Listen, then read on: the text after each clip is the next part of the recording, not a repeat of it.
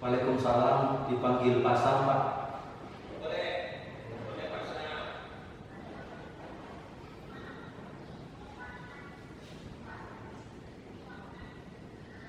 Pak Sam, udah siap Pak Sam? Insya Allah sudah, Pak.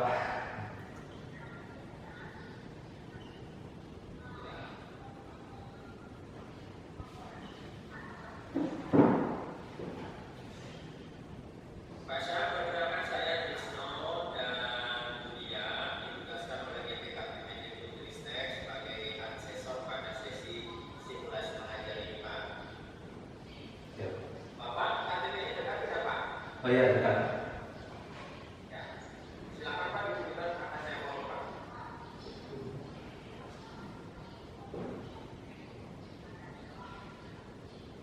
Sudah kan? Pak, terima kasih. Bapak posisi sekarang dulu atau kepala sekolah? Guru, Pak. Dulu. Iya. Iya.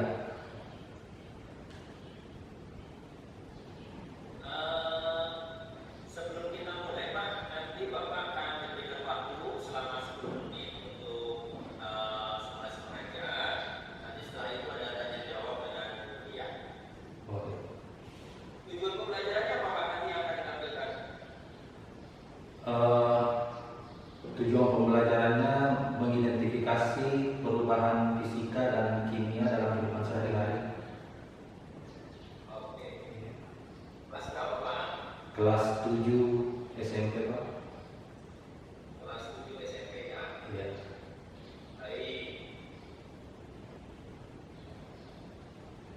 Kalau Pak Sam sudah siap, kita mulai dari sekarang ya. Iya, bisa.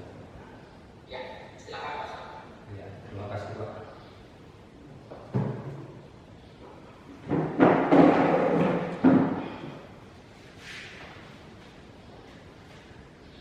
Ya. Assalamualaikum warahmatullahi wabarakatuh dan selamat siang anak-anak. Iya, bagaimana kabarnya hari ini? Baik, selamat datang kembali di kelas IPA kita pada siang hari ini. Dan sebelum kita melanjutkan pembelajaran, alangkah lebih baiknya kita berdoa terlebih dahulu. Nah, siapa yang bertugas untuk memimpin doa hari ini? Oh ya, silakan Stephen. Ya, terima kasih Stephen.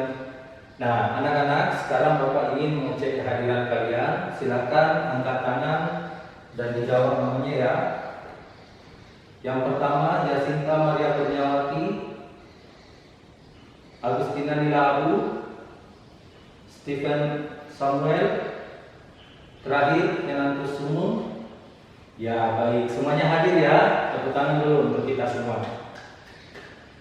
Nah, anak-anak, pada pertemuan sebelumnya kita sudah membahas tentang klasifikasi materi berdasarkan wujudnya. Ada zat padat, zat cair, dan juga gas. Nah, semua wujud dari zat itu dapat mengalami perubahan seperti yang pernah kita amati.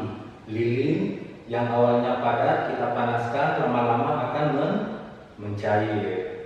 Nah, seperti lilin ini, semua materi itu pada dasarnya akan mengalami perubahan jika diberikan perlakuan. Nah, perubahan itu terbagi menjadi dua, ada perubahan fisika dan perubahan kimia. Nah, menurut anak-anak sekalian, lilin yang pernah kita amati itu mengalami perubahan apa?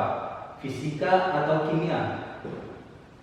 Wah, jawabannya beragam ya. Ada yang jawab fisika, ada yang jawab kimia. Nah, untuk mengetahuinya, kalian harus mengikuti pembelajaran ini dengan semangat sampai akhir ya. Oke, kalau begitu kita tepuk semangat dulu. Tepuk semangat. Semangat. Baik, jadi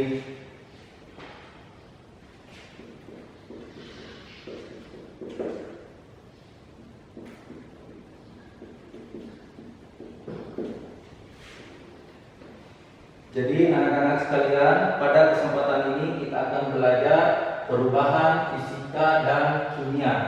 Adapun tujuan pembelajarannya, setelah mengikuti kelas ini diharapkan kalian sudah bisa mengidentifikasi perubahan fisika dan kimia yang ada dalam kehidupan sehari-hari. Bagaimana? Sudah siap? Sudah? Nah, kalau begitu silakan duduk di kelompoknya masing-masing. Baik, perwakilan dari setiap kelompok silakan maju ke depan untuk mengambil LKPD. Ya, sudah dapat LKPD semua? Ya, kalau sudah, silakan pandangannya ke arah depan semua. Perhatikan Bapak Guru. Jadi, Bapak Guru punya kertas dan kapur. Nah, kertas ini kemudian Bapak Guru bakar. Lihat, terjadi perubahan kan? Ya, tadi kertasnya berubah menjadi abu. Sedangkan kapur ini Pak Guru akan hancurkan, akan ulet, sehingga dia berubah menjadi serbuk seperti ini. Nah, menurut anak-anak sekalian, dari kedua ini manakah yang mengalami perubahan fisika? Apakah kertas yang saya bakar atau kapur yang saya ulet? Iya, ada yang jawab kertas, ada yang jawab kapur. Nah, untuk mengetahui lebih jelasnya, ya silakan dibuka LKS-nya dan dikerjakan langkah per langkah ya, harus secara berurutan. Nah, dimulai dari mengamati gambar. Ya, silakan diamati. Sambil dibuka bukunya halaman 23, di situ ada materi perubahan fisika dan kimia. Ya, silakan didiskusikan, diisi tabel yang telah tersedia dan dijawab pertanyaan yang sudah ada. Ya, baik Angela, itu ada beras berubah menjadi nasi, perubahan fisika. Beras berubah menjadi tepung, perubahan fisika juga. Coba kamu analisis lagi, coba buka bukunya. Nah, di situ perubahan fisika, kalau dia mengalami perubahan ini, wujud, perubahan kimia kalau ini. Nah, beras tadi supaya dia berubah menjadi nasi, itu diapakan? Dimasak toh? Iya. Kalau pemasakan itu perubahan apa? Perubahan kimia dia. Jadi di sini perubahan kimia. Iya, anak-anak, waktunya sisa 3 menit lagi. Seharusnya kalian sudah mengerjakan soal nomor 5. Baik, waktu habis. Ya, waktu habis, diskusi selesai. Silakan menghadap ke depan semua. Saatnya kita untuk memaparkan hasil diskusi yang telah kalian lakukan. Nah, pada kesempatan pertama, saya beri kesempatan kepada kelompok Aristoteles. Silakan, siapa yang mau mewakili? Budi, ya, silakan Budi. Oke, terima kasih Budi. Nah, anak-anak, itu tadi pemaparan dari kelompok Aristoteles yang diwakili oleh Budi. Ada yang mau menanggapi atau memberi pertanyaan? Ya, Stephen dari Galileo, ya silakan.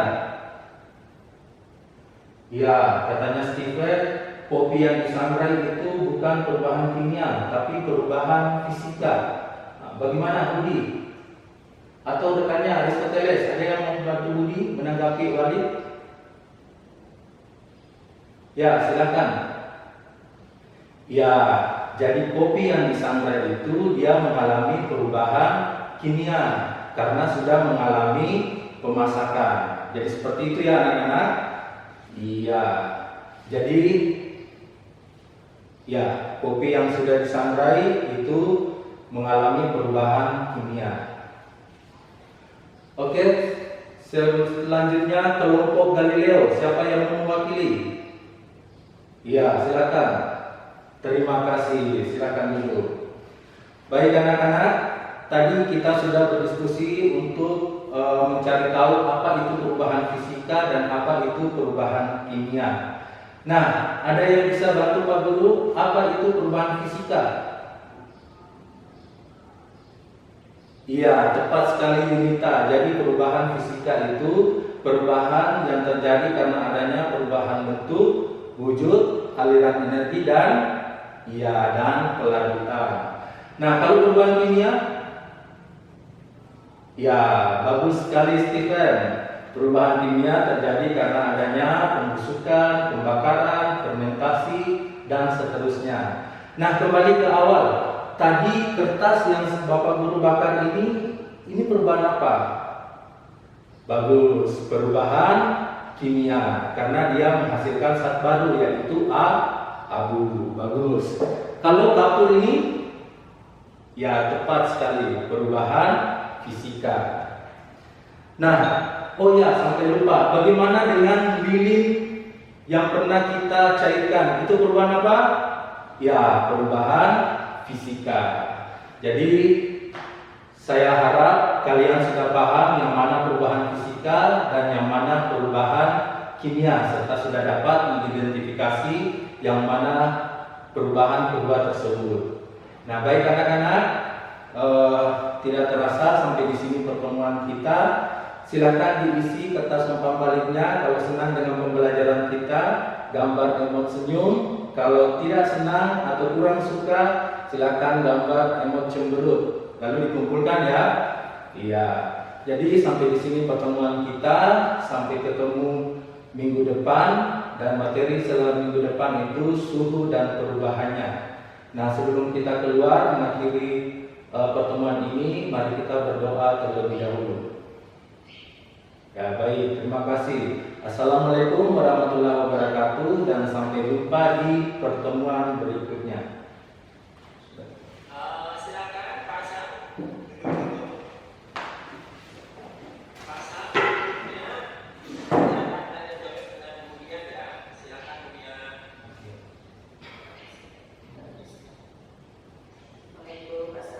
Waalaikumsalam, Bu. Halo, Bu. Oh, tidak, lanjut, Bu. Ya, Bu.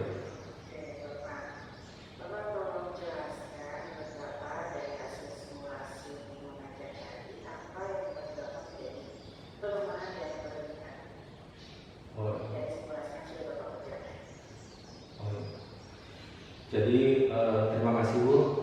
Jadi dari simulasi yang saya kerjakan tadi, untuk kelebihannya, kalau berdasarkan materinya dan model pembelajaran yang saya gunakan, itu akan membuat siswa menjadi aktif dan mandiri dalam kegiatan pembelajaran. Nah, untuk yang saya lakukan tadi,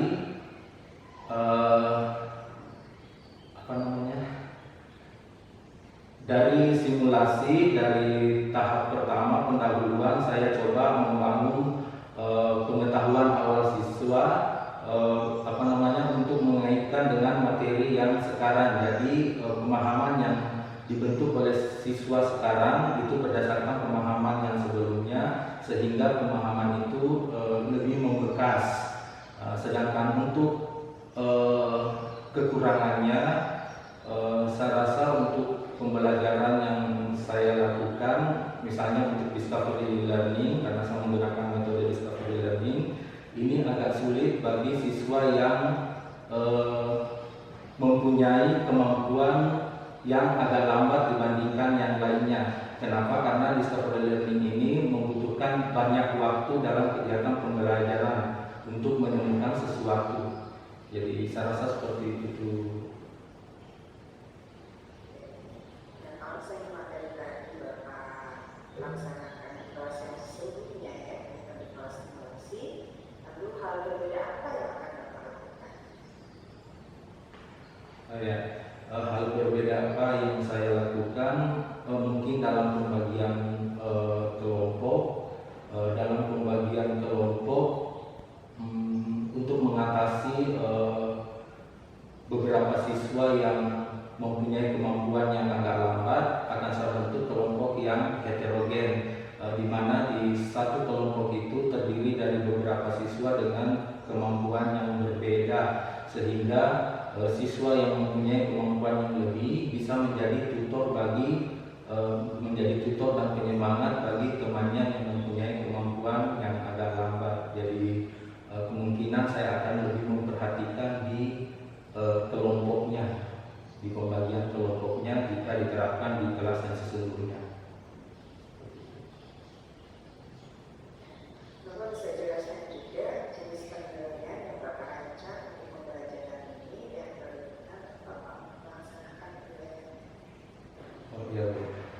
Jadi untuk penilaiannya, karena ini menggunakan kurikulum K13, jadi ada 3 yang dinilai, ada sikap, pengetahuan, dan keterampilan. Untuk sikapnya itu saya nilai melalui observasi pada saat kegiatan pembelajaran. Jadi saat siswa sudah mulai bekerja dalam kelompoknya, saya melakukan observasi. Selanjutnya ada penilaian pengetahuan, itu berupa soal uraian. Penilaiannya bisa saya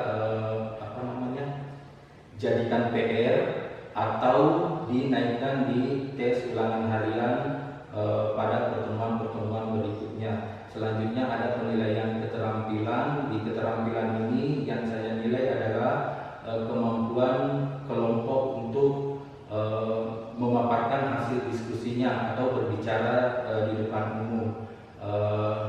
Dan saya rasa ini sangat penting juga untuk membangun soft skill siswa untuk mempunyai kemampuan public speaking atau berbicara di depan umum. Jadi itu ada 3 penilaiannya. Oke, kalau Bapak sudah punya hasil dari 3 jenis penilaian tadi, lalu Bapak akan melakukan apa terhadap hasil penilaian?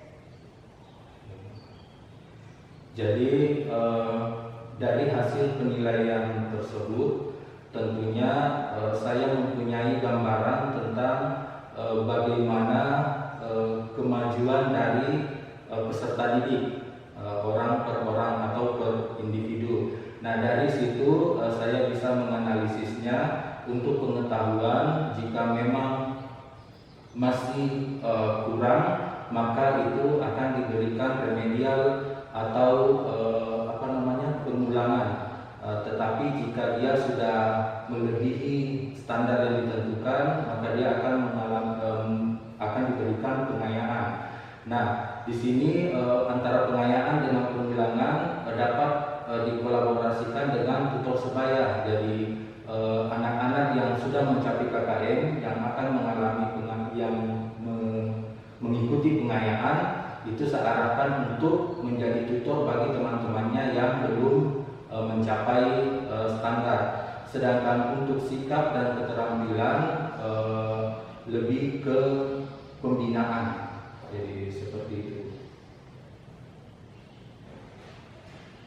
Ada lagi? Saya rasa itu saja. Kalau Bapak sudah rasa cukup, berarti ada jawabannya cukup ya. Nanti Bapak pantau terus IPK-nya ya. Oh iya.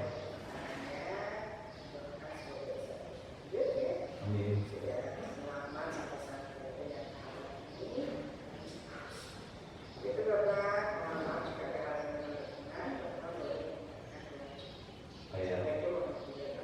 Waalaikumsalam. Terima kasih Bu, terima kasih Pak.